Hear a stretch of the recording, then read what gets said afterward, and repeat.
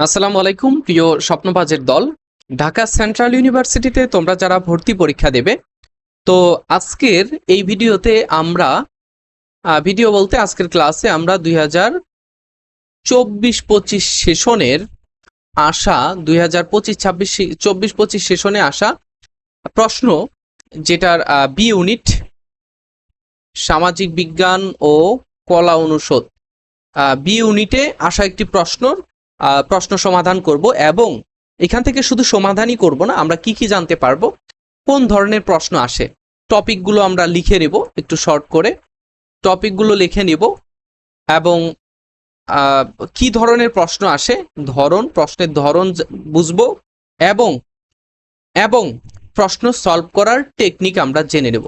ঠিক আছে, প্রশ্ন সলভ করার টেকনিক জেনে নেব এবং এই ক্লাসে আমরা ইংরেজি নিয়ে আলোচনা করব। ঠিক আছে, আর ইংরেজি অংশের এটাই কিন্তু প্রথম ক্লাস। এইভাবে তোমরা যদি চাও আমি ধারাবাহিকভাবে তোমাদের জন্য ক্লাস দিব ইনশাল্লাহ। আমাদের ক্লাসগুলো ধারাবাহিকভাবে চলবে পরীক্ষার আগ পর্যন্ত। আর ঢাকা সেন্ট্রাল ইউনিভার্সিটির প্রত্যেকটা ইনফরমেশন তোমাদেরকে জানানোর চেষ্টা করেছি, সো তোমরা দেখতে পারো। ওকে, দেখো আমরা সর্বপ্রথম বাংলা অংশের আলোচনা করেছিলাম, এরপরে হচ্ছে আমরা আলোচনা করব ইংরেজি অংশের। দেখো 26 নাম্বার প্রশ্ন থেকে আমাদের 50 নাম্বার প্রশ্ন পর্যন্ত ইংরেজি অংশটা রয়েছে। ঠিক আছে, একটু বোঝার চেষ্টা করবে, আমার কথাগুলো একটু, আমার কথার টোন বোঝার চেষ্টা করবে।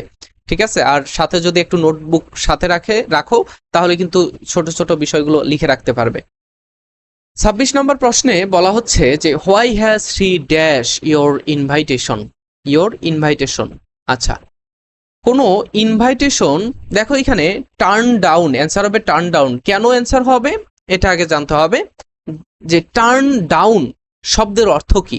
এটার অর্থ হচ্ছে নাকচ করে দেওয়া, কোনো কিছু নাকচ করে দেওয়া বা ডিক্লাইন করে দেওয়া। ডিক্লাইন শব্দটার সাথে তোমরা সকলেই পরিচিত, ডিক্লাইন করে দেওয়া। আর টার্ন অন মানে কোনো কিছু চালু করা, কোনো কিছু চালু করা। টার্ন অফ মানে কোনো কিছু বন্ধ করা, কোনো কিছু বন্ধ করা। আর টার্ন আপ এটার অর্থ হচ্ছে কোনো কিছু আর কি, যে পথে যাচ্ছিল সেটাকে তোমার ঘুরিয়ে দেওয়া বা এরকম কিছু একটু ইনহ্যান্স করা, এই আর কি, কোনো কিছু আর কি মুভ করা। ঠিক আছে, কোনো কিছু মুভ করা। ওকে, যাই হোক, আমরা এই যে টার্ন ডাউন, কেন আমরা নাকচ করা বা ডিক্লাইন, এটা এখানে কেন দিব, হোয়াই এখানে বলা হচ্ছে কেন সি মানে সে, একটা মেয়ে কেন তার ইনভাইটেশন টার্ন ডাউন করেছে, মানে এখানে ডিক্লাইন করেছে। এখন কারো ইনভাইটেশন চালু করা যায় না, ইনভাইটেশন বন্ধ করা যায় না, ইনভাইটেশন মুভ করা যায় না। ঠিক আছে, কোনো ইনভাইটেশন মুভ বা ইনহ্যান্স করা যায় না। তো এইখানে এই নাকচ করা যায়, ইনভাইটেশন কি করা যায়, নাকচ করা যায়, যার কারণে এই যে টার্ন ডাউন হবে। এটা কোথায় থেকে এসেছে, এটা হচ্ছে আমাদের ফ্রেজাল ভার্ব। ঠিক আছে, ফ্রেজাল ভার্ব, বা এটাকে তোমরা গ্রুপ ভার্বও বলতে পারো। ঠিক আছে, তো এটা তোমরা একটু মাথায় রাখবে। ওকে, 27 নম্বর প্রশ্নে আমরা দেখব, সেটা হচ্ছে যে এটা রাইট ফর্ম অফ ভার্ব থেকে একটা প্রশ্ন এসেছে। রাইট ফর্ম অফ ভার্ব থেকে প্রশ্ন এসেছে। টপিকগুলো আমি সাইডে লিখে দিচ্ছি, তোমরা এখান থেকে এই টপিকগুলোই পড়বে। দেখো, প্রিফেয়ার অর্থ হচ্ছে কোনো কিছুকে প্রাধান্য দেওয়া, একটার থেকে আরেকটা প্রাধান্য দেওয়া, মানে একজনের থেকে আরেকটা, একটা বিষয় থেকে আরেকটা, একটা বস্তু থেকে আরেকটা প্রাধান্য দেওয়া। এখানে দেখো, যখনই প্রিফেয়ার শব্দটা আসবে একটা সেন্টেন্সের মধ্যে, তখন অবশ্যই দুইটা বিষয়ের মধ্যে মানে তুলনা বোঝানো হবে, দুইটা বিষয়ের মধ্যে তুলনা বোঝাবে। এটা এক নাম্বার বিষয় হচ্ছে মিল্ক, 2 নাম্বার হচ্ছে টি, দুটার মধ্যে তুলনা বোঝাবে। এখন তুলনা বোঝানোর ক্ষেত্রে প্রিফেয়ার থাকলে মাঝখানে টু বসে। এটা তো রুলস, এটা রুলসে তোমরা দেখেছো, আমি রুলস নিয়ে যখন আলোচনা করেছি তখন তোমরা দেখেছো রাইট ফর্ম অফ ভার্বের। তো এখানে এই জন্য অ্যান্সার হবে টু। ঠিক আছে, বাকিগুলো কেন অ্যান্সার হবে না এটা একটু দেখো, যে দেন যদি বসাই, দেন ব্যবহৃত হয় অ্যাডজেক্টিভের ক্ষেত্রে, দেন ব্যবহার করা হয় অ্যাডজেক্টিভের ক্ষেত্রে, যখন দুইটা অ্যাডজেক্টিভের মধ্যে তুলনা হবে তখন দেন ব্যবহার করা হবে। আচ্ছা, দেখো আরেকটা হচ্ছে যে মোর দেন, মোর দেন ব্যবহার করা হবে রিডান্ডেন্সি, ঠিক আছে, রিডান্ডেন্সি মানে বাহুল্য দোষে দুষ্ট হবে। কেন? কেননা এখানে প্রিফেয়ার শব্দটা দ্বারাই একটা থেকে আরেকটা প্রাধান্য বোঝাচ্ছে বা তুলনা বোঝাচ্ছে। এখানে যদি মোর দেন আবার নিয়ে আসা হয় তাহলে আবার তুলনা বোঝাবে। আর তোমরা জানো যে বাক্যের মধ্যে একই অর্থ যদি দুইটা শব্দ দেয় তখন সেটা রিডান্ডেন্সি হয়ে যায়, মানে বাহুল্য দোষে দুষ্ট হয়ে যায়। সো এটা হবে না। ওভার কেন হবে না? ওভার হবে না এই কারণে যে কোনো কিছু থেকে আরেকটাকে প্রাধান্য দেওয়ার ক্ষেত্রে এইখানে ওভারটা হবে না। আচ্ছা, এই যে মিল্ক থেকে থেকে এখানে যদি প্রাধান্যটা বোঝানো হয় বা একটা থেকে আরেকটা প্রাধান্য বোঝানো হয় সেখানে প্রিফেয়ার আছে, সো এখানে প্রিফেয়ার থাকার কারণে এই ওভারটা হবে না, ঠিক আছে। এই যে কিসের জন্য হলো না? প্রিফেয়ার থাকার কারণে ওভারটা হবে না। সো এটা তোমরা একটু মাথায় রাখার চেষ্টা করবে, ঠিক আছে, ওকে। আচ্ছা, এখানে আরেকটা ব্যাখ্যা তুমি যদি দিতে পারো সেটা হচ্ছে যে এই ওভারটা হচ্ছে ইনফর্মাল। ওভার হচ্ছে কি? ইনফর্মাল। ওভারটা হচ্ছে ইনফর্মাল, আর এই যে প্রিফেয়ার মিল্ক এটা হচ্ছে তোমার ফর্মাল। সো ফর্মাল ইংলিশের ক্ষেত্রে ফর্মাল, আর ইনফর্মালের ক্ষেত্রে এই যে ওভার। তো এটা তোমার এখানে দেওয়া যাবে না, যেহেতু আমাদের এখানে টু আছে। সো টু হচ্ছে ফর্মালের জন্য বেস্ট, আর ওভারটা আমরা ইনফর্মালের ক্ষেত্রে ব্যবহার করতে পারি। ওকে, এরপরে দেখো আমাদের এই যে 28 নম্বর প্রশ্ন, she takes after her mother. After হবে কেন? আফটার হবে কোনো কিছুর সাদৃশ্য টেকের পরে যদি সাদৃশ্য বোঝায় তাহলে আফটার হয়। টেক আফটার মানে কোনো কিছুর মতো দেখানো, কোনো কিছুর মতো দেখানো, এটার অর্থে কোনো কিছুর মতে দেখায় এরকম অর্থে টেক আফটার আসে বা টেক্স আফটার আসে। সো এখানে she takes after her mother, তার মায়ের মতো দেখতে, তার মায়ের মতো দেখতে, এই অর্থে এখানে তোমার টেক আফটার হবে, ঠিক আছে, বাকিগুলো হবে না। এটা কোথায় থেকে এসেছে? প্রিপোজিশন থেকে এসেছে, প্রিপোজিশন। ওকে, আর উপরের টপিকটা রাইট ফর্ম অফ ভার্ব থেকে আসলো। দেখো এটা লিটারেচার থেকে আসছে। এই যে 29 নম্বর প্রশ্নটা, এটা লিটারেচার থেকে আসছে। দেখো ওই ঢাকা সেন্ট্রাল ইউনিভার্সিটিতে লিটারেচার এবং ঢাকা বিশ্ববিদ্যালয়ের ক্ষেত্রেও লিটারেচার থেকে খুব বেশি প্রশ্ন আসে, এবং ইংরেজি প্রথম পত্র বইয়ের উপর থেকে প্রশ্ন আসে। কেননা এর আগে ঢাকা সেন্ট্রাল ইউনিভার্সিটির প্রশ্নগুলো ঢাকা ইউনিভার্সিটির টিচাররাই করতো, যার কারণে পরবর্তীতে ওইখান থেকেই প্রশ্নগুলো নেওয়া হয়। সো ওই ধারাবাহিকতা এতদিন থেকে চলছিল, এখনো কিছুটা ওইরকমই চলবে। আর বিশ্ববিদ্যালয় ভর্তি পরীক্ষায় লিটারেচার প্রায়ই দেখা যায়, তো এই কোথাও বেশি কোথাও কম। দেখো, if winter comes can spring be far behind. সব থেকে আমার যেই রোমান্টিক এজের যেই কবিরা, আমি তো একজন লিটারেচারের শিক্ষার্থী, আমি জগন্নাথের ইংরেজি বিভাগে পড়াশোনা করি, ঠিক আছে। তো ইংলিশে পড়ে এখানে আমরা লিটারেচার শিখি, তো লিটারেচার পড়ি। তো কাব্যিকতা বা তোমার কবিতা, এই জায়গায় অনেক গুরুত্বপূর্ণ বিষয়গুলো থাকে, মনের অন্তর্নিহিত বিষয়গুলো এখানে ফুটে ওঠে।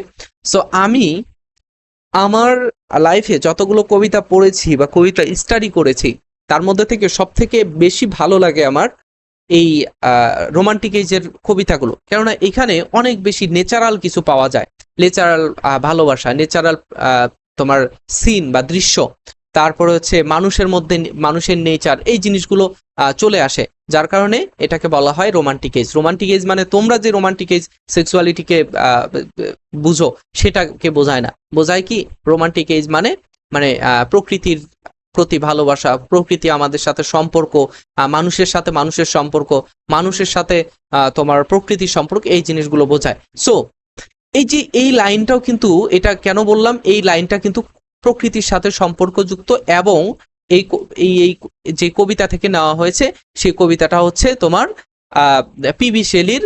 পিবি শেলি সম্পর্কে তোমরা তো ভালোই জানো, পিবি শেলি, হ্যাঁ, পিবি শেলির কবিতা থেকে নেওয়া হয়েছে। পিবি শেলির কবিতা কোনটা? Ode to the west wind. পশ্চিমা বাতাস নাকি? অড মানে কি বলতো? অড অড মানে হচ্ছে তোমার গাথা বা গীতি কবিতা, একটা মানে গানের মতো করে কবিতা। সেই কবিতা কি নিয়ে? ওয়েস্ট উইন্ড, পশ্চিমা বাতাস, পশ্চিমা হাওয়া। আমরা আমাদের বাংলাদেশি কবিদের কি দেখি? দক্ষিণা হাওয়া নিয়ে গান গাইতে বা কবিতা লিখতে, কিন্তু পিবি শেলী কি লিখেছিল? পশ্চিমা হাওয়া নিয়ে। যাই হোক, দেখো এইখানে বলা হচ্ছে যে এই কবিতার এই লাইনের মধ্যে কি বোঝানো হচ্ছে? ফ্যাটালিজম, অপটিমিজম, অ্যাথেইজম, পেসিমিজম। আচ্ছা, ফ্যাটালিজম মানে কি?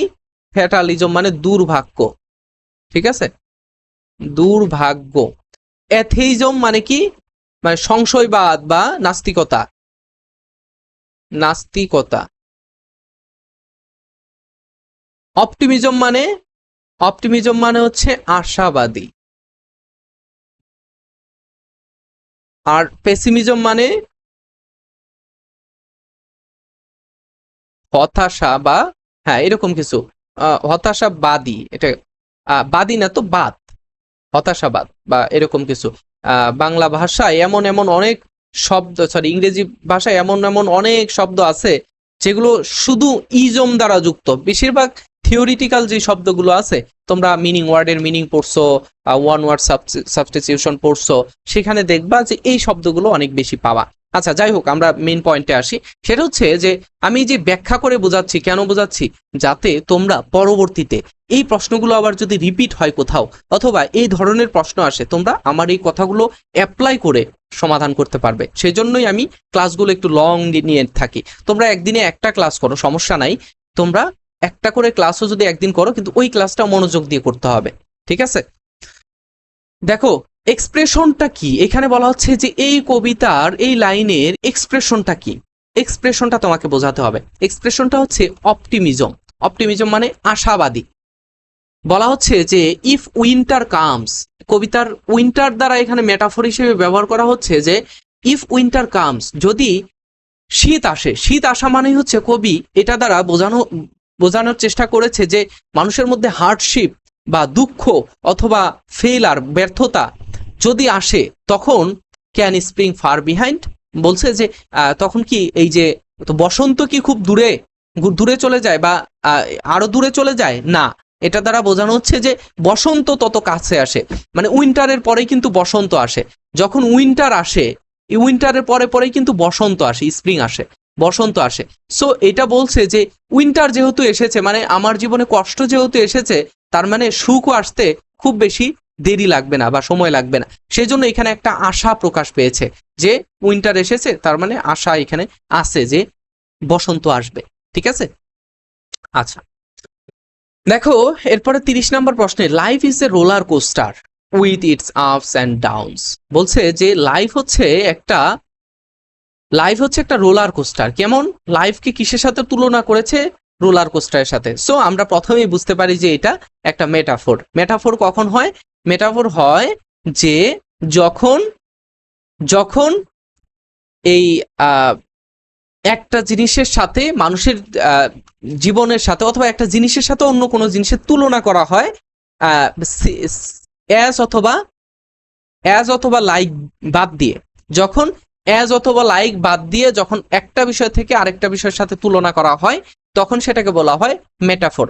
আর যখন অ্যাজ অথবা লাইক থাকে, তখন তুলনা করা হবে, এবং এটা আমি লিখে দিচ্ছি, তুলনা করা হবে এবং অ্যাজ অথবা লাইক যুক্ত থাকবে সেন্টেন্সের মধ্যে, তখন সেটাকে বলা হবে সিমিলি। আর আইরনি কোনটাকে বলা হবে? আইরনি হচ্ছে তোমার ব্যঙ্গ করা কোনো কিছু, ব্যঙ্গ, ব্যর্গ হয়ে গেল, ব্যঙ্গ করা অর্থে যখন কোনো কিছু বোঝানো হবে, তখন আইরনি হবে। আমি তোমাকে বললাম যে এখন তো প্রচুর গরম, তাই না? দুপুরবেলা আমি তোমাকে বললাম যে এখন খুব ঠান্ডা লাগতেছে, আমাকে 2টা কম্বল দাও, আমি গায়ে মোড়াই। তো এটা দ্বারা আমি কি বোঝাচ্ছি? আমি কিন্তু একটা বিপরীত অর্থ দেওয়ার চেষ্টা করেছি, এবং তাকে একটা মানে সেই জিনিসটাকে আমি ব্যঙ্গ করার চেষ্টা করতেছি। সো এই জিনিসটা হচ্ছে আইরনি। আর তুলনা অ্যাজ লাইক দিয়ে হলে সেটা হয়ে যায়। আর মেটাফোর হয় যখন অ্যাজ লাইক ব্যতীত যখন হয়, তখন সেটা তোমার মেটাফোর হয়। আচ্ছা এইখানে মেটাফোর কি হবে? লাইভের সাথে রোলার কোস্টারের তুলনা করা হচ্ছে। একটা জীবনের সাথে রোলার কোস্টার। রোলার কোস্টার দেখো না, ওই যে যেটা চাকা ঘুরে খালি, ঠিক আছে, যেটা এই যে চাকা ঘুরে, চাকার মধ্যে একটা মানে ওই গাড়িতে শুধু একটাই প্যাসেঞ্জার। এই যে বিশেষ করে যখন রাস্তায় পিচ পিচ দেওয়া হয় তখন এই যে যেটা দিয়ে ঘুরানো হয়, যে গাড়িটা তোমরা দেখো প্রায়, সেটা হচ্ছে রোলার কোস্টার। তো with its ups and downs, এটা আপস অ্যান্ড ডাউনস ম্যাটার না, ম্যাটার হচ্ছে life is a roller coaster. লাইফকে কি করা হচ্ছে, রোলার কোস্টারের সাথে তুলনা করা হচ্ছে। ওকে, আচ্ছা দেখো 31 নম্বর প্রশ্নটা, which one is correct indirect, মানে এই যে ন্যারেশন থেকে ডিরেক্ট থেকে ইনডিরেক্ট করতে হবে। দেখো he says let me go for a walk, মানে সে বলল যে আমাকে কোথায় যেতে দাও, আমাকে আমাকে যেতে দাও কোথায়, একটু হাঁটার জন্য যেতে দাও। তো এটার সঠিক অ্যান্সার হবে এটার সঠিক অ্যান্সার হবে হচ্ছে শুট, ঠিক আছে, এটার সঠিক অ্যান্সার হবে শুট। এটা অ্যান্সার ভুল দেওয়া আছে, অ্যান্সার ভুল দেওয়া আছে, তবে ভুল না, অ্যাকচুয়াল এটা অ্যান্সার ভুল না। যদি শুট না থাকে এটা অ্যান্সার হবে, শুট যদি না থাকে অ্যান্সার এটা হবে, কিন্তু এখন শুট আছে, সো এটা অ্যান্সার। কেন এটা অ্যান্সার আমি তোমাকে বলে দিচ্ছি। ওকে, দেখো যখন লেট দিয়ে কোনো সেন্টেন্স শুরু হয়, এটার ইনডিরেক্ট ফর্মে, ইনডিরেক্ট রিপোর্টেড সেন্টেন্সটার ক্ষেত্রে, রিপোর্টেড স্পিচের ক্ষেত্রে যখন লেট দিয়ে শুরু হবে, তখন ইনডিরেক্ট করতে গেলে তোমাকে অবশ্যই মাইট অথবা শুড আনতে হবে, মাইট অথবা শুড আনতে হবে, ঠিক আছে। কিন্তু এখানে দেখো সেইজ বলা হচ্ছে, এখানে বলা হচ্ছে কি সেইজ, অর্থাৎ present indefinite tense, present indefinite tense, present simple অথবা indefinite tense. So present indefinite tense হওয়ার ক্ষেত্রে তোমাকে কি করতে হবে, তোমাকে এই যে শুড ইউজ করতে হবে। শুড ইউজ কেন করবা, মাইট কেন নয়, কেননা এই যে যখন মাইট বোঝানো হবে, মাইটের একটা অর্থ আছে, মাইটের ক্ষেত্রে তোমাকে অর্থগত দিক থেকে একটু পার্থক্য হবে, এবং এটা প্রেজেন্টের ক্ষেত্রে হয় না, মাইট হয় তোমার পাস্টের ক্ষেত্রে স্বাভাবিকভাবে। তো যদি এখানে বোঝানো হচ্ছে যে late me go for a walk, আমাকে যেতে দাও, এখানে একটা ইম্পারেটিভ আসছে যে আমাকে একটু অনুমতি দাও, আমি একটু হেঁটে আসি, এরকম কিছু, আমাকে একটু কি করো, অনুমতি দাও, আমি একটু হেঁটে আসি, এরকম কিছু। তো এই অনুমতি নেওয়ার ক্ষেত্রে তোমাকে ব্যবহার করা হচ্ছে he says that he should go for a walk. আচ্ছা, এখন বাকিগুলো কেন হলো না, এই দেখো এটার এক্সপ্রেশনটা কেমন, he says that he can go for a walk, সে যেতে পারে, এর মধ্যে কোনো ইয়ে নাই, এর মধ্যে কি নাই, এর মধ্যে কোনো এটাকে বলে হচ্ছে তোমার, সে কি যেতে পারে, সে যেতে পারে, তার এবিলিটিকে বোঝানো হচ্ছে, সে কিন্তু অনুরোধ করছে না, সে যাবে এটা বিবৃতি দিচ্ছে, ঠিক আছে। আর আরেকটা হচ্ছে যে এই যে হি উইল, সে দেখো হি উইল গো কেন ব্যবহার করা হবে, যখন ব্যবহার করা হবে সে নিশ্চিত যাবেই, যাবেই, তাকে অনুমতি দেওয়া হোক অথবা না দেওয়া হোক। তো এই উইল তো এখানে আসবে না, কেননা আমাদের মেইন সেন্টেন্সের মধ্যে বলা হচ্ছে যে একটা অনুমতি পাওয়ার মতো কিছু এক্সপ্রেশন বোঝানো হচ্ছে, যার কারণে যার কারণে যার কারণে কিন্তু এখানে উইল হবে না, শুড হবে, বুঝতে পেরেছো। ওকে, এখন এরপরে আমরা পরের ইয়েতে চলে যাই। দেখো এখানে একটা আসছে যে আচ্ছা এখানে আমাদের কোন টপিক থেকে আসলো, এখানেও লিটারেচার থেকে এসেছে, এখানে লিটারেচার থেকে এসেছে, এখানে আসলো হচ্ছে ন্যারেশন থেকে। হ্যাঁ, তোমরা একটু লিখে রাখবা। আচ্ছা, আমার লেখা বুঝতে কষ্ট হইলে তোমরা একটু কমেন্টে বলবা, আমি তোমাদের কমেন্টের অ্যান্সার দেওয়ার চেষ্টা করব।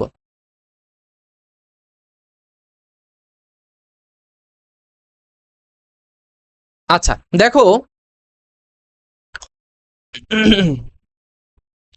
এই যে এখানে বলা হচ্ছে কনসাইজ, কনসাইজ শব্দের মিনিং কি, কনসাইজ শব্দের মিনিং হচ্ছে কোনো কিছু শর্টকাট করা। আমরা যখন এই যে সামারি, এটার আরেকটা অর্থ হচ্ছে সামারি, শর্টকাট, শর্টকাট বা টু দা পয়েন্টে কথা বলা, টু দা পয়েন্ট, ক্লিয়ার করে কথা বলা, ঠিক আছে। কনসাইজ আমরা বলি না যে আপনি এই লেখাটা লিখছেন, এই লেখাটা খুব বড় হয়ে গেছে, এটা একটু কনসাইজ করেন, এটা একটু কি করেন, কনসাইজ করেন, এটা শর্ট এবং একটু ক্লিয়ার করেন, এটা হচ্ছে তোমার এটার অ্যান্সার হচ্ছে এই শর্ট অ্যান্ড ক্লিয়ার। বায়াস শব্দের অর্থ কি, বায়াস হচ্ছে তোমার পার্শিয়াল হওয়া বা পার্শিয়াল, পার্শিয়ালিটি করা, বা তোমার কারো পক্ষপাতিত্ব করা, বাংলা ভাষার যেটা ইনকারেক্ট তো তোমরা জানো, সঠিক না, ব্যাঠিক বা ভুল, ব্যাঠিক বা ভুল, আচ্ছা, ডিটেল মানে হচ্ছে বিশ্লেষণ, বিশ্লেষিত বা বিস্তারিত। ঠিক আছে, বিস্তারিত। ওকে, এরপরে হচ্ছে 33 নম্বর প্রশ্নটাতে একটু যাও। দেখো বলা হচ্ছে যে fill in the gap with suitable phrase. আচ্ছা, বলা হচ্ছে যে আই ড্যাশ দেন বেক, মানে ভিক্ষার বদলে আমি কি করব, না খেয়ে থাকবো, ক্ষুধার্ত অবস্থায় থাকবো, না খেয়ে থাকবো। আই ড্যাশ, আমার কি করা ভালো, আমার না খেয়ে থাকা ভালো, দেন বেক, আমার ভিক্ষা নেওয়ার থেকে না খেয়ে থাকা ভালো। এখানে আমরা বসাবো হচ্ছে উড রেদার। এখানে এটা একটা রাইট ফর্ম অফ ভার্বের কোশ্চেন, এবং কোন মডাল ভার্বটা আমরা বসবো, রাইট ফর্ম অফ ভার্ব। তো কোন মডাল ভার্বটা আমরা বসাবো, যার মাধ্যমে, কোন মডাল ভার্বটা বসাবো যার মাধ্যমে আমরা এটার অ্যান্সার দিতে পারি। আচ্ছা দেখো, এই যে হ্যাভ বেটার হবে না, হ্যাড বেটার আসতে পারে। আচ্ছা, এইটা এটা হবে না, এই দুটা তো হবেই না। হ্যাড রেদার হয় না, হ্যাভ বেটার হয় না। ঠিক আছে, উড রেদার হতে পারে, হ্যাড বেটার হতে পারে। দেখো যখন দেন শব্দটা আসবে তখন তুমি মানে কোনো কিছু ভালো অর্থে, বরং ভালো বা ভালো অর্থে, এই যে বরং ভালো অর্থে, কোনো কিছু থেকে ভালো, কোনো কিছু থেকে ভালো অর্থে উড রেদার ব্যবহার করা হয়, আর হ্যাড বেটার ব্যবহার করা হয় বরং, বরং ভালো, বরং ওই কাজটা ভালো। এটা এই দুইটার অর্থ হচ্ছে এরকম। তবে মনে রাখবা যে উড রেদার যখন যখন ব্যবহার করা হবে তখন এরপরে দেন আসবে। ঠিক আছে, আর যখন হ্যাড বেটার ব্যবহার করা হবে তখন কিছু থাকবে না, জাস্ট বলবে যে এই জিনিসটা ভালো, কারোর সাথে তুলনা করবে না। ঠিক আছে, ওকে। এরপরে 34 নাম্বারটা ড্রেজারি। ড্রেজারি শব্দের অর্থ কি? ড্রেজারি শব্দের অর্থ হচ্ছে হার্ড ওয়ার্ক। ঠিক আছে, হার্ড ওয়ার্কিং,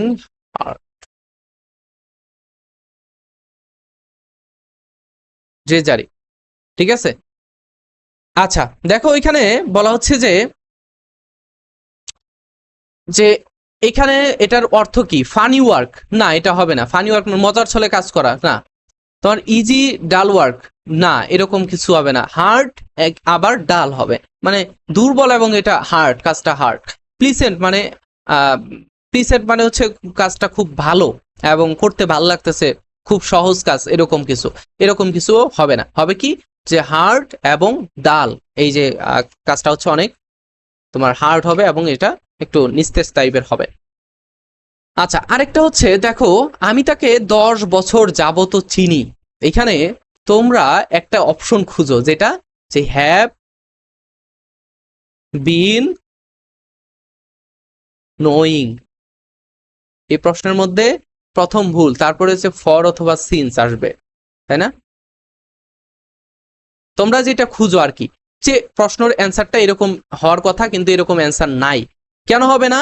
এই যে নোয়িংটা এখানে হবে না, নোয়িং ভার্বের তোমার ইয়ে হয় না, কন্টিনিউয়াস হয় না। ঠিক আছে, নোয়িং ভার্বের কন্টিনিউয়াস হয় না। তো নোয়িং ভার্বের কন্টিনিউয়াস না হওয়ার কারণে আমাদের এখানে কি বসাতে হবে? আমাদের নোন বসাতে হবে, নোন। ঠিক আছে, তো এখানে আমি 10 বছর যাবত তাকে চিনি, এটা আমরা প্রেজেন্ট পারফেক্ট টেন্সে ব্যবহার করবো, যেহেতু নোন নিয়ে আসতে হবে, যেহেতু এখানে হ্যাভ বিন নোয়িং হয় না, যার কারণে আমাদের কি করতে হবে, আমাদের আমাদের আনতে হবে present perfect tense. Present perfect টেন্সের পারফেক্ট উদাহরণ হচ্ছে এই যে সি নাম্বারটাতে। সো তোমরা এটার অ্যান্সার সি নাম্বারটা দিবা। এটা কেন হবে না? এখানে হ্যাড আসছে, পাস্ট পাস্ট পারফেক্ট আসছে, এখানেও হ্যাড আসছে, এটাও হবে না। এখানে হ্যাভ বিন নোন, এটা হবে না। হ্যাভ বিন এর পরে নোইং হয়, কিন্তু যখন নোন আনবো তখন আমাদের এই বিনটা আনবে না, আনা যাবে না, যার কারণে এগুলো হবে না। হবে হচ্ছে একমাত্র সি নাম্বার। এটাতে দেখো আই হ্যাভ এরপরে নোন আসছে। ঠিক আছে, হ্যাভ এর পরে নোন আসছে, এরপরে তারপরে হচ্ছে ফর অথবা সিন্স দিয়ে তো বাকিটা আসে। ফর এবং সিন্স কোথায় ব্যবহার করা হয় এটা তো জানো, যে ফর ব্যবহার করা হয়, ফর ব্যবহার করা হয় কোনো একটা টাইম অফ পিরিয়ড যদি হয়, কোনো একটা নির্দিষ্ট সময়ে, সময়ের একটা পিরিয়ড বোঝাবে, যে একটা নির্দিষ্ট সময় থেকে আরেকটা নির্দিষ্ট সময় পর্যন্ত, তখন ফর দিয়ে ব্যবহার করা হবে। আর যখন তোমার কোনো একটা নির্দিষ্ট সময় থেকে শুরু হবে, তখন সেটা সিন্স হবে। বুঝতে পেরেছ? আচ্ছা, এরপরে 36 নম্বরটা দেখো যে জেনারাস মানে হচ্ছে অনেক ভালো মানুষ আর কি, এটাকে তুমি ভালো বলতে পারো, পজিটিভ। জেনারিয়াস মানে হচ্ছে অনেক দয়ালু, কাইন্ড হতে পারে, ঠিক আছে, এরকম হতে পারে। আচ্ছা, এবং জেনারিয়াস যেহেতু ভালো কিছু বোঝাচ্ছে, পোলাইট এটাও ভালো বোঝাচ্ছে, কাইন্ড এটাও ভালো বোঝাচ্ছে, হেল্পফুল এটাও ভালো বোঝাচ্ছে, কিন্তু সেলফিশ এটা কি বোঝাচ্ছে? সেলফিশ, স্বার্থপর। হ্যাঁ, তোমার এই স্বার্থপর শব্দটা শোনার পরে অনেক মানুষ ডুকরে কেঁদে ওঠে। কেন কেঁদে ওঠে জানো? কারণ সে হচ্ছে স্বার্থপরতার শিকার, তার বান্ধবী তাকে স্বার্থপর হতে বাধ্য করেছে, অথবা সে নিজেই স্বার্থপরতার কারণে প্রতারিত হয়েছে। বুঝতে পেরেছো? আচ্ছা, এরপরে দেখো। আচ্ছা, হোয়াট টাইম, 37 নাম্বারটা, হোয়াট টাইম। এরপরে এইখানে যেহেতু প্রত্যেকটাতেই ইন্টারোগেশন সাইন আছে, তার মানে আমাকে অবশ্যই কি করতে হবে? অবশ্যই আমাকে একটা ইন্টারোগেটিভ সেন্টেন্স তৈরি করতে হবে। ইন্টারোগেটিভ সেন্টেন্স তৈরি করতে হবে, ইন্টারোগেটিভ সেন্টেন্স। আচ্ছা, ইন্টারোগেটিভ সেন্টেন্সের গঠনটা কি একটু বলো তো? যদি ডাব্লিউএস কোশ্চেন থাকলো তো থাকলো ডাব্লিউএস, অথবা অক্সিলারি ভার্ব,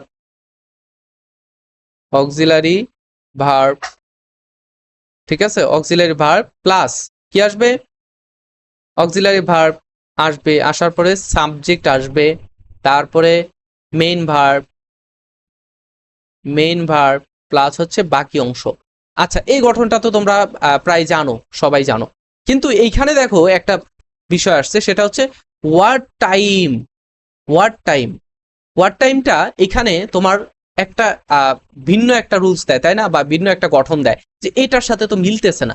কখনো কখনো ডাব্লিউএস যদি আসে, এই ডাব্লিউএস এর পরে একটা নাউন ব্যবহৃত হয়, কিন্তু নাউনটা ইম্পর্টেন্ট না, ঠিক আছে, নাউনটা ইম্পর্টেন্ট না, তবে এটা নাউনটা হচ্ছে একটা কমপ্লিমেন্ট হিসেবে ব্যবহার করা হয়, ঠিক আছে। এখানে হোয়াট টাইম, কোন টাইম, একটা নাউন, তোমার হোয়াট টাইম, এখানে এই যে হোয়াট এর কমপ্লিমেন্ট হিসেবে এটা ব্যবহৃত হচ্ছে, ঠিক আছে। আচ্ছা, তো হোয়াট টাইম এরপরে কি আসবে? তোমার অক্সিলারি ভার্ব আসবে, অক্সিলারি ভার্ব আসলো, ঠিক আছে, অক্সিলারি ভার্ব আসলো, এরপর হচ্ছে মেইন ভার্ব আসলো, তার সাবজেক্ট আসলো, তারপরে মেইন ভার্ব আসলো। আর এইখানে দেখো, এখানেও কিন্তু আসছে কি? অক্সিলারি ভার্ব, তারপরে সাবজেক্ট, তারপরে হচ্ছে মেইন ভার্ব, কিন্তু এটা গঠন এবং অর্থের সাথে যাচ্ছে না। কেমন?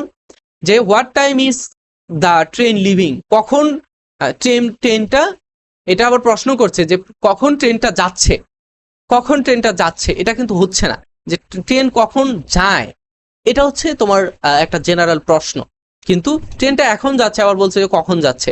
ট্রেনটা মানে কন্টিনিউয়াস টেন্স দ্বারা আমরা কি বুঝি? যে ট্রেনটা এখনই যাচ্ছে, তাহলে এখন যদি যেয়ে থাকে, তাহলে গিয়ে থাকে, তাহলে আমাকে আর প্রশ্ন করার তো প্রয়োজন নাই। তো এটা এই সেন্সের দিক থেকে সেন্টেন্সটা হবে না। লিভস দ্য ট্রেন, এটা কোনো গঠনই হয় নাই। যে লিভস, এখানে অবশ্যই কি করতে হতো? ডাজ দেওয়া লাগতো, কিন্তু ডাজ এখানে দেয় নাই, লিভস ডিরেক্ট ভার্বের সাথে এস দেওয়া হয়েছে, যার কারণে এটা হবে না। আচ্ছা, এটা এখানে দেখো, এই সেম কাহিনী এখানেও করছে, যে এই অ্যাশটা ভার্বের সাথে দেওয়া হয়েছে, কিন্তু এখানে সামনে ডাজ দেওয়া হতো, ডাজ যদি দিত তাহলে এটা কিন্তু এখানে অ্যাশ হতো না, সো এটাও হবে না। অ্যান্সার কি হবে? এ নাম্বারটা হবে। বুঝতে পেরেছো? এই যে ব্যাখ্যাগুলো একটু মাথায় রাখবা। আচ্ছা, এরপরে আচ্ছা আমাদের কোন কোন টপিক থেকে আসতেছে, আচ্ছা শেষে আমি তোমাদেরকে আরো ক্লিয়ার করে বলে দিচ্ছি, অনেকগুলো মিস হয়ে গেছে, যে আমি সাইডে লেখার কথা ছিল। Okay, which one is correct passive form, কোনটা পেসিভ সেন্টেন্স, পেসিভ ভয়েস? দেখো, এখানে বলা হচ্ছে two criminals were punished while one released, একজন রিলিজড করেছে নাকি রিলিজড হয়েছে, এটার অর্থ বলো তো? রিলিজড করেছে। তো করে যদি একজন কিছু করে, তার মানে এখানে মেইন যে সাবজেক্টটা রয়েছে, সাবজেক্ট নিজে করেছে, আর যদি নিজে করে সেটা তো আর পেসিভ থাকলো না, কি হলো? অ্যাক্টিভ হয়ে গেল, যার কারণে এটা আমাদের অ্যান্সার হবে না। আচ্ছা, সি নাম্বারটা কেন হবে না? দেখো, এইখানেও সেম, এই যে ওয়ান রিলিজড, এখানে ওয়ান মানে একজন ব্যক্তি, সে কি করেছে? রিলিজ করেছে। তো রিলিজ যদি করে থাকে, একজন যদি রিলিজ করে থাকে, তাহলে সেটা কি হবে না? আমার পেসিভ সেন্টেন্স হবে না, হবে কি? আমাদের অ্যাক্টিভ সেন্টেন্স, যার কারণে এটাও হবে না। বোঝাতে পেরেছি? আচ্ছা, এখানেও ওই যে এই একই একই জিনিস আসছে, দেখো এই যে দেখো একই জিনিস আসছে, কিন্তু বি নাম্বারটাতে এটা নাই। বি নাম্বারটাতে বলছে ওয়ার পানিশড, ক্রিমিনালস কি হয়েছে, পানিশড হয়েছে, এখানে করে নাই। আবার বলছে ওয়ান ওয়াজ রিলিজড, মানে একজন রিলিজড হয়েছে, রিলিজ করে নাই। বুঝতে পেরেছো? সো এটাও এটা আমাদের সঠিক অ্যান্সার, ডি নাম্বারটা হবে না। বুঝছো? আচ্ছা, 39 নাম্বারটাতে দেখো মে ইউ লিভ লং, মানে মে দ্বারা শুরু হয়েছে, তার মানে আমাকে অবশ্যই কি করতে হবে, অপটেটিভ সেন্টেন্স দেখতে হবে। মানে অপটেটিভ সেন্টেন্স কোনগুলোতে হয়? অপটেটিভ সেন্টেন্স তখনই হয় যখন অপটেটিভ সেন্টেন্সের মধ্যে যখন এই একটা সেন্টেন্সের মধ্যে তোমার আশীর্বাদ, দোয়া, আশীর্বাদ,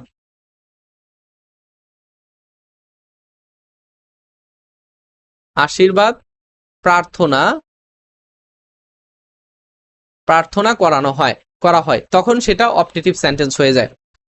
আচ্ছা, এরপরে দেখো এই রেড ডে লেটার। আচ্ছা, তোমরা যদি ক্যালেন্ডার দেখো, আমার আশেপাশে একটা ক্যালেন্ডার আছে, সেই ক্যালেন্ডারের মধ্যে আমি দেখতে পাচ্ছি যে যেই বন্ধের দিনগুলো রয়েছে সেগুলো লাল রং দিয়ে লেখা। দেখো এটার ইতিহাসটা এরকম, এই যে যেগুলো তোমার ফ্রেজ আছে, ফ্রেজ বা ক্লজ যেটাই বলো, ফ্রেজের অর্থগুলো সামাজিক ও সাংস্কৃতিক দিক থেকে এগুলো তৈরি হয়েছে। ঠিক আছে, সামাজিক এবং সাংস্কৃতিক ভাবে এটা ব্যবহৃত হতে হতে তৈরি হয়েছে। সো এখানে রেড লেটার ডে, এটার অর্থ হচ্ছে রেড লেটার ডে আগের দিনের চার্চগুলোতে, মানে যখন চার্চের মধ্যে পোপ যারা ছিল বা যারা এই পরিচালনা করত, তারা কি করত, ক্যালেন্ডারের মধ্যে যেই দিনটা খুবই ইম্পর্টেন্ট সেই দিনটা লাল রং দিয়ে লিখে রাখতো। ঠিক আছে, এই জন্য ওই ধারাবাহিকতায় বর্তমান একেবারে ক্যালেন্ডারগুলোতে এই জিনিসটা করা হয়। ঠিক আছে, ক্যালেন্ডারগুলোতে কি করা হয়, এই জিনিসটা করা হয় যে ক্যালেন্ডারের মধ্যে লাল রং দেওয়া হয়। কেন দেওয়া হয়? কারণ হচ্ছে দিনটা মেমোরেবল, মানে দিনটা মনে রাখার দিন, দিনটা বন্ধের দিন এটা। আচ্ছা, রেড ডে এটা হবে না, হিস্টোরিক্যাল ডে এটা হবে না, ডে অফ জয় এটাও হবে না। ঠিক আছে। আচ্ছা, 41 নম্বর প্রশ্নটা দেখো যে শি সিংস ভেরি ওয়েল। আচ্ছা, এটা ট্যাগ কোশ্চেন থেকে এসছে। ট্যাগ কোশ্চেনের ক্ষেত্রে তোমরা কি জানো যে তোমার যে এখানে যে ভার্বটা থাকবে সেই ভার্বটার উপরে ভিত্তি করে আমাকে একটা ভার্ব আনতে হবে। যেহেতু ভার্বের সাথে অ্যাস বা ইয়েস আছে, আমরা কি করব, ডাজ আনবো এবং সাবজেক্টটা বসিয়ে দেবো। সাবজেক্ট বলতে যদি সাবজেক্ট থাকে তোমাকে অবশ্যই কি বসাতে হবে, সাবজেক্ট থাকলে অবশ্যই তোমাকে এটার সাবজেক্ট থাকলে অবশ্যই কি বসাতে হবে, এটার প্রোনাউন বসাতে হবে। ঠিক আছে, ওকে। এরপরে দেখো এ পিস অফ কেক মানে কি? এ পিস অফ কেক মানে কি? এটার অর্থ হচ্ছে, এটা একটা ফ্রেজ থেকে আসছে। এটার অ্যান্সার হচ্ছে এ task that can be accomplished very easily, একটা কাজ যেটা খুব সহজে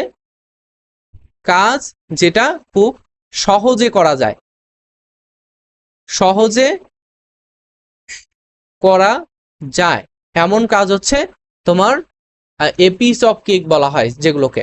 ঠিক আছে, এ পিস অফ কেক মানে হচ্ছে কেক। আচ্ছা, এই জিনিসটা কিভাবে তৈরি হইলো বা এটা কিভাবে একটা ফ্রেজ হইলো যে পিস অফ কেক, একটা কেক যখন কাটা হয় তখন একটা মানে খুব হাত দিয়ে কিন্তু ভাঙ্গা যায় কেকটা খুব ইজিলি, মানে খুব নরম তো কেকটা, যার কারণে খুব সহজেই ছেঁড়া যায়, অথবা একটু চাকু দিয়ে সুন্দর করে কাটলে পারে খুব ভালোভাবে কাটা যায়, এটা কোনো নষ্ট হয় না, কিচ্ছু হয় না। তো যার কারণে এই যে কোনো কাজকে সহজভাবে যখন করা হয় তখনই আমরা ওই কেকের সাথে তুলনা করি যে কেক, মানে এই পিস অফ কেক মানে হচ্ছে খুব সহজেই সেটা করা যায়। ঠিক আছে, ভাঙ্গা যায়। আচ্ছা, এইখানে বাকি যেগুলো আছে সেগুলো হবে না অপশনের মধ্যে। 43 নম্বর প্রশ্নটাতে দেখো চেঞ্জ দ্য ভয়েস, এই যে শাট দ্য ডোর, এখানে কোনো যদি কমান্ড বোঝায়, কমান্ড বা ওয়ার্ডার যদি বোঝায়, তখন তোমাকে কি করতে হয়, তখন লেট আনতে হবে এবং এরপরে তোমার অবজেক্ট আনতে হবে, এরপরে তোমার বি আনতে হবে, তারপরে ভার্বের 3 নাম্বার ফর্ম আনতে হবে। ঠিক আছে, লেট এরপরে অবজেক্ট, তারপরে বি, তারপরে ভার্বের 3 নাম্বার ফর্ম। সো যার কারণে এটা হলো যে let the door be shut. Okay, আচ্ছা এরপর হচ্ছে transform into negative. Transform into negative. He has much knowledge, বলছে যে হি হ্যাজ মাচ নলেজ, তার অনেক জ্ঞান আছে। তার কি আছে? তার মাচ নলেজ আছে, জ্ঞান আছে। আচ্ছা এটাকে তুমি কি করবা, যে তাহলে আমি নেগেটিভ করার ক্ষেত্রে যে তার অল্প জ্ঞান নেই, না আমাদের এর মধ্যে নেগেটিভ একটা ওয়ার্ডও চলে আসলো সেন্টেন্সের মধ্যে, এবং কি আমি কি লিখতে পারি, বাংলায় লিখলাম যে তার তার অল্প জ্ঞান নেই, অল্প জ্ঞান নেই। ঠিক আছে, তো এটার অ্যান্সার কি আসবে, ইংরেজি কি আসবে? এটার ইংরেজিটা এখানে দিয়ে দিয়েছে, দেখো he does not have little knowledge, little আবার ডাজন্ট ইজ, এখানে আমাদের নেগেটিভটাও আসলো। সো আমাদের এই যে নেগেটিভ সেন্টেন্স করতে বলছে এটাও আসলো, এবং অর্থটাও পরিবর্তন হলো না, অর্থ একই থেকে গেল। তোমাকে মাথায় রাখতে হবে অর্থ অপরিবর্তন, অর্থ অপরিবর্তন, যে আমাদের অর্থটাও পরিবর্তন করা যাবে না, এবং অর্থটাও পরিবর্তন করা যাবে না, এবং আমাদের নেগেটিভ করতে হবে। বুঝতে পেরেছো? আচ্ছা এরপরে এরপরে দেখো 45 নম্বর প্রশ্নটা। আচ্ছা বাকিগুলো কেন হলো না, এটা এটা ব্যাখ্যা দিব। আচ্ছা দেখো যে হ্যাজ নট মাস নলেজ, এটার অর্থই পরিবর্তন হয়েছে, নেগেটিভ আসছে ঠিক আছে বুঝলাম, কিন্তু এই যে অর্থটাই পরিবর্তন হয়ে গেছে, তার বেশি নলেজ নেই, এটার অর্থ আসলে এরকম যে তার বেশি জ্ঞান নেই। ডি নাম্বার, সরি, ওকে, সি নাম্বারটাতে দেখো little knowledge, she has little knowledge, তার আছে কি অল্প জ্ঞান, তার অল্প জ্ঞান আছে। এখানে নেগেটিভ শব্দও আসে নাই, নেগেটিভ সেন্টেন্সও হয় নাই, সেন্টেন্সটা এখনো সরি, এখানে নেগেটিভ সেন্টেন্স হয়েছে লিটিল দ্বারা, লিটিল শব্দ আসার কারণে নেগেটিভ হয়েছে, কিন্তু হয়েছে কি অর্থটাও একই থেকে গেছে, অর্থটা পরিবর্তন হয়েছে, অর্থ একই নাই। এখানে বলছে যে শি হ্যাজ মাস নলেজ, তার অনেক বেশি জ্ঞান আছে, কিন্তু এখানে বলছে শি হ্যাজ লিটল নলেজ, তার অল্প জ্ঞান আছে। সো এটা অর্থ পরিবর্তন হয়ে গেছে। এটা ডি নাম্বার হবে না কেন, এখানে লিটল আছে, ওকে ঠিক আছে। She has not a little, এই যে দেখো এ লিটল আসছে, এ লিটল হবে না। এ লিটল কখন হয়, যখন যখন জিনিসটা কাউন্টেবল, ঠিক আছে, যখন এই যে কাউন্টেবল নাউন থাকে তার সামনে এ লিটল হয়, কিন্তু নলেজ হচ্ছে আনকাউন্টেবল, আনকাউন্টেবল, যার কারণে ডি নাম্বারও অ্যান্সার হবে না। সো এখানে লিটিল, শুধু লিটিল বসানো লাগতো। ওকে 45 নাম্বারটাতে দেখো, 45 নাম্বারটাতে বলা হচ্ছে টু রিড বিটুইন লাইনস। আমি তোমাকে যদি বলি যে এই যে এখানে যে কয়েকটা লাইন আছে, ঠিক আছে, এখানে যে কয়েকটা লাইন আছে, এই লাইনের মধ্যে তোমার কি করতে হবে, এই লাইনের মধ্যে তোমাকে খুব ভালোভাবে নিখুঁতভাবে তোমাকে লাইনগুলো অ্যানালাইসিস করতে হবে। তখন তুমি কি করবা, রিড বিটুইন লাইনস, মানে প্রতি লাইনে লাইনে তুমি দেখবা, প্রতি লাইনে লাইনে তোমার অ্যান্সারগুলো তুমি দেখবা, যে এখানে একটা লাইন আছে, এখানে আরেকটা লাইন আছে, এখানে আরেকটা লাইন আছে, এই লাইনের প্রত্যেকটা লাইনই তুমি খুব ভালোভাবে দেখবা। সো এই জিনিসটা হচ্ছে তোমার ভালোভাবে কোনো হাইডেন, এর মধ্যে যদি কোনো মানে গোপনীয় কোনো ওয়ার্ড থাকে বা গোপনীয় কোনো অর্থ থাকে, সেটা তোমাকে কি করতে হবে, সেটা তোমাকে বের করতে হবে। বুঝতে পেরেছো? এবং এটার জন্য তোমাকে এই ফ্রেজের অর্থ হয়েছে এরকম যে টু রিড বিটুইন লাইনস, প্রতি লাইনের ক্ষেত্রে এটার অর্থটা তোমাকে বের করতে হয়, যার কারণে এই ফ্রেজটা ইউজ করা হয়। বুঝতে পেরেছো? ওকে, এরপর হচ্ছে 46 নম্বর প্রশ্নটা দেখো।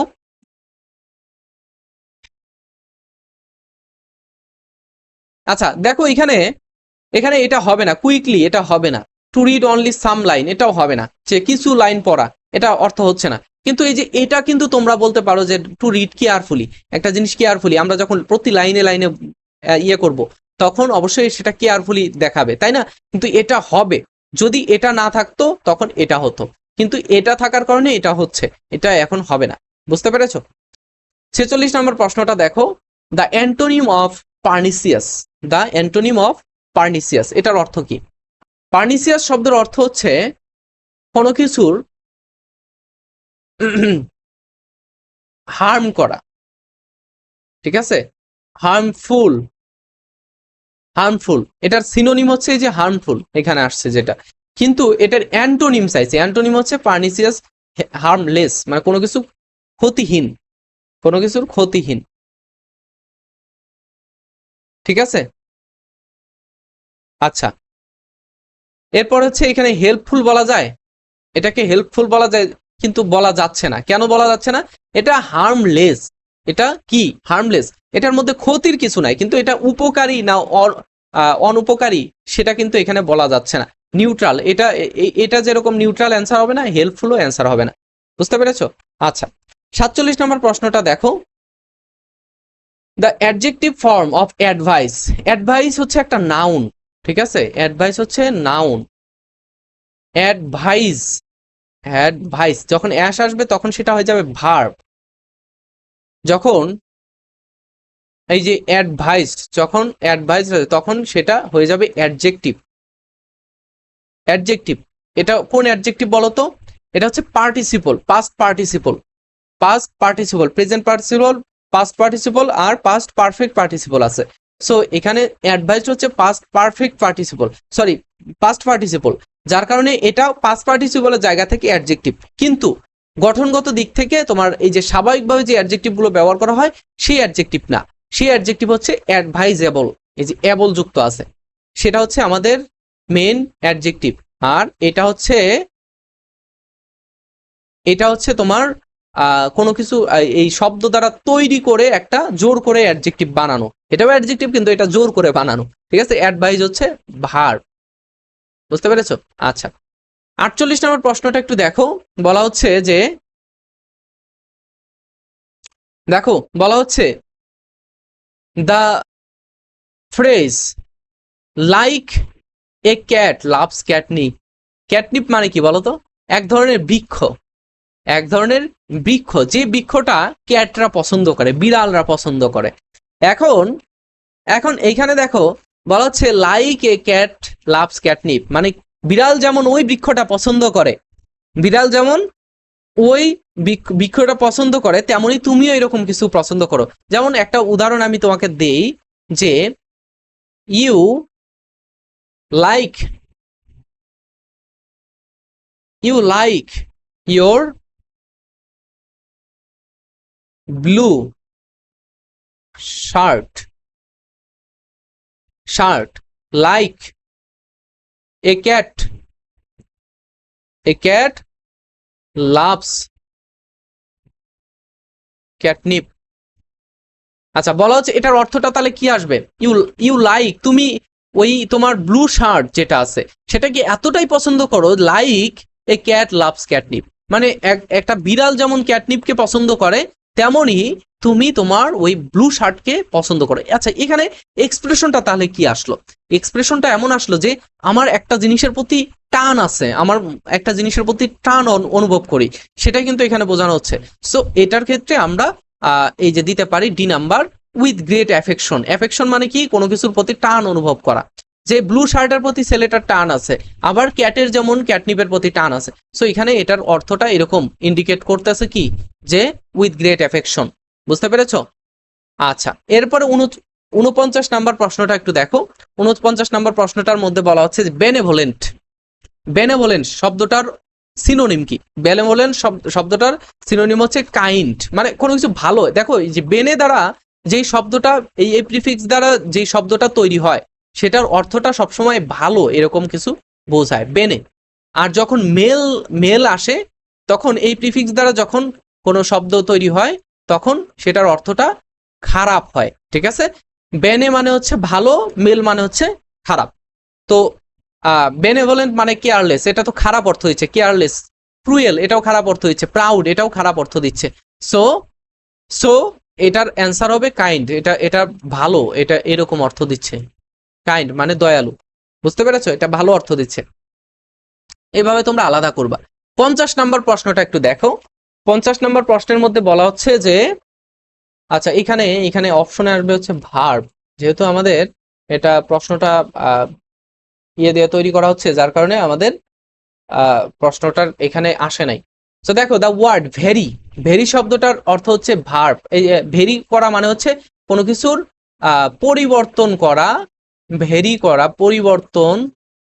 পরিবর্তন করা, অথবা এটা দ্বারা কি বোঝায়, ভেরি করা মানে হচ্ছে চেঞ্জ করা। হ্যাঁ, এটা একই তো, মানে এক, মানে তোমরা যখন বলো না যে এটা জায়গা, প্লেস টু প্লেস ভেরি করে, এটা বিভিন্ন প্লেসে পরিবর্তন হয়। সো ওই অর্থে কিন্তু তোমার এখানে ভেরি শব্দটা ব্যবহার করা হয়, তো পরিবর্তন অর্থে। সো যার কারণে আমাদের এই ভেরি শব্দ দ্বারা এটা একটা পার্টস অফ স্পিচ, এবং এটার দ্বারা কিন্তু এখানে তোমার ভার্ব বোঝানো হচ্ছে, ভার্ব পার্টস অফ স্পিচকে বোঝানো হচ্ছে। ঠিক আছে, বুঝতে পেরেছো নিশ্চয়ই? আচ্ছা, তাহলে এখানে আমরা কোন কোন টপিক থেকে কোন কোন প্রশ্ন এসেছে সেগুলো আমরা একটু শর্ট নোট করে দেখি।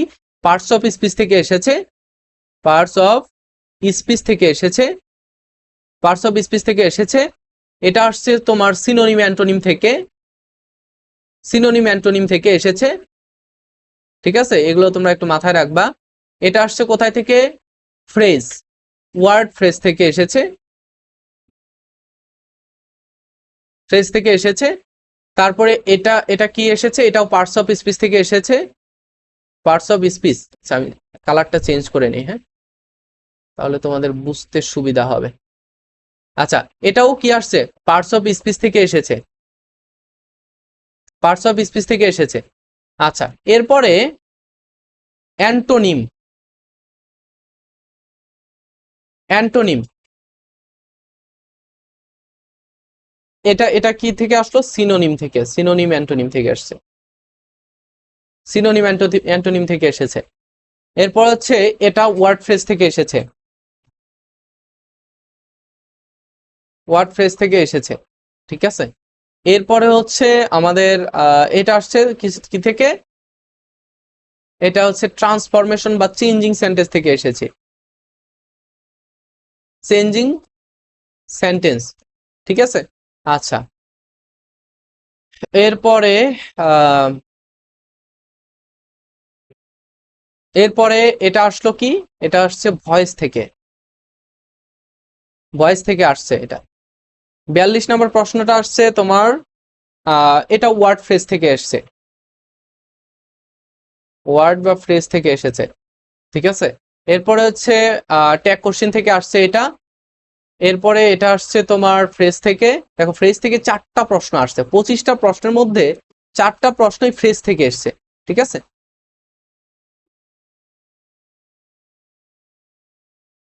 আচ্ছা, এরপরে দেখো এখানে আসছে সেন্টেন্স থেকে এসছে, আইডেন্টিফিকেশন অফ সেন্টেন্স। আমি তোমাদের বলি যে ঢাকা সেন্ট্রাল ইউনিভার্সিটি বা 7 কলেজ আগে যেটা ছিল, এখানে যে প্রশ্নগুলো আসে এটা অন্যান্য প্রশ্ন থেকে পুরোটাই আলাদা। কারণ এই যে সেন্টেন্স, আইডেন্টিফিকেশন অফ সেন্টেন্স, এটা কিন্তু অনেক ইউনিভার্সিটিতেই আসে না। সো এই যে চেঞ্জিং সেন্টেন্স বা সরি, এই যে রাইট, তোমার ঢাকা সেন্ট্রাল ইউনিভার্সিটির ক্ষেত্রে এইটা বেশ আসে। বুঝতে পেরেছো?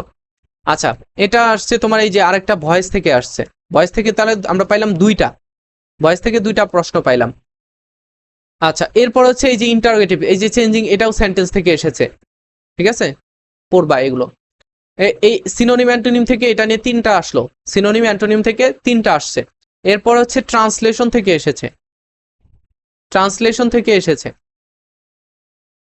এরপরে তোমার দ্য মিনিং অফ ড্রেজার, এটা কি আসলো? এটা সিনোনিম অ্যান্টোনিম থেকে আসছে বা ওয়ার্ড মিনিং থেকে এসেছে, একই।